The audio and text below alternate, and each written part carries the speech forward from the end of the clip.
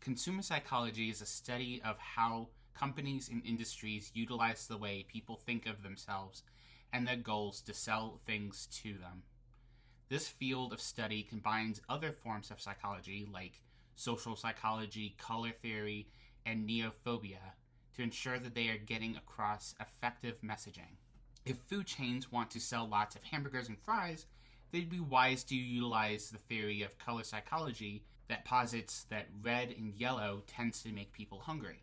The validity of color's effect on appetite is still in dispute, with some studies showing it to be more likely placebo, but either way, these companies are trying to find ways to get consumers to buy from them as opposed to their competitors. If a store is creating a product that they think should cost $2,000, they will most likely swallow a dollar or two in order to take advantage of charm pricing, the tendency of consumers to be influenced primarily by the leftmost digit rather than the actual value.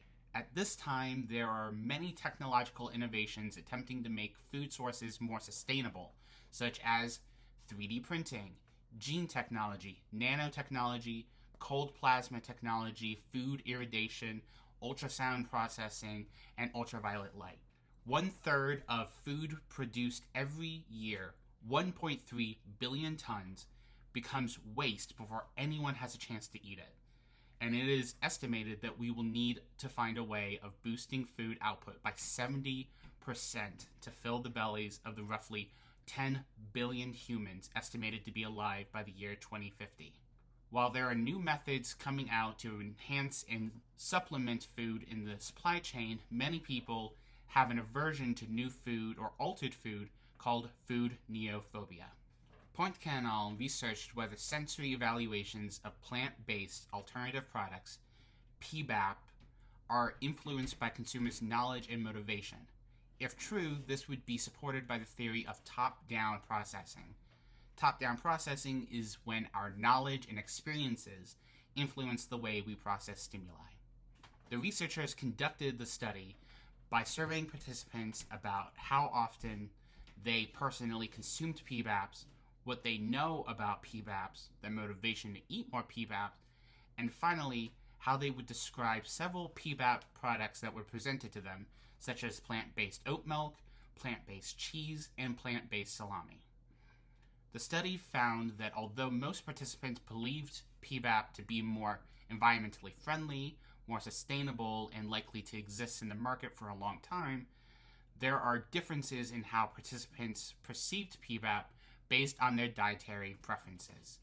For example, while most participants agreed the oat milk was beige, had a cereal odor and taste, and was sweet, meat eaters tended to not describe it as viscous, oily, or astringent. Similarly, plant-based cheese alternatives were universally seen as yellow and cheesy, but meat eaters tended not to find it cereal or glossy. These participants had different experiences with the taste, smell, and texture of PBAP, regardless of how it looked to them or their knowledge level of PBAP. This is potentially top-down processing being affected by food neophobia, the factor that most affects whether people are willing to try a new food or not.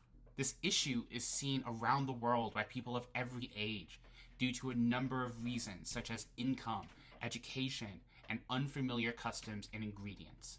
The love of trying new food is called neophilia, and is something kids grow out of unless encouraged by their parents.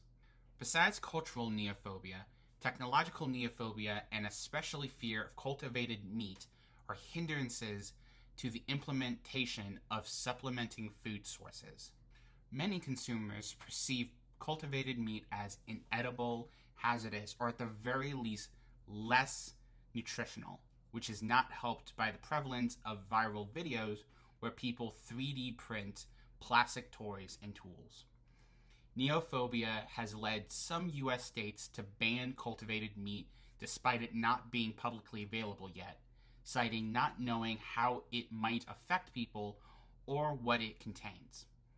This might be an example of needing better education about the process of cultivating meat, but is likely neophobia. The recommendation of CITATIONS to subvert neophobia is to give direct examples of new food instead of relying on slogans and packaging, because neophobic people rarely read printed information.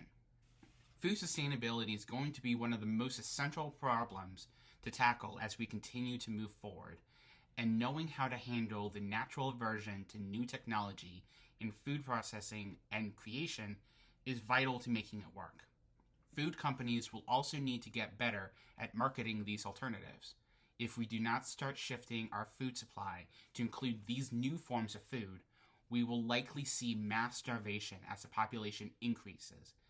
If one finds themselves trying to decide whether to trust a new food source or whether PBAP is of good quality, understand that it is natural. It is understandable to not trust new and unfamiliar food, but it is something that will go away with time and exposure.